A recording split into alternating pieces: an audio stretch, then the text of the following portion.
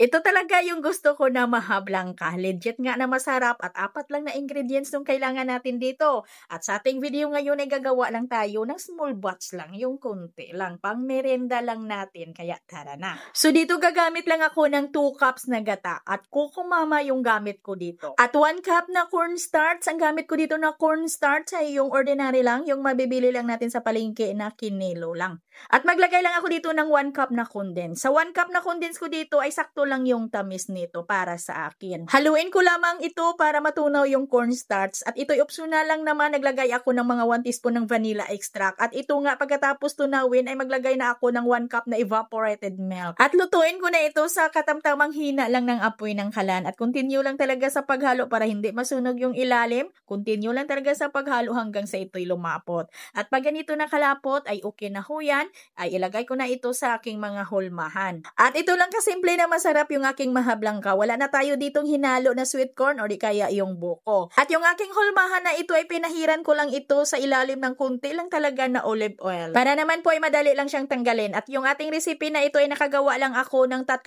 ganito na medium sizes ng leche flan molder. At ito naman ay makapal na. At para sa ating toppings naglagay lang ako ng grated cheese at cashew nuts.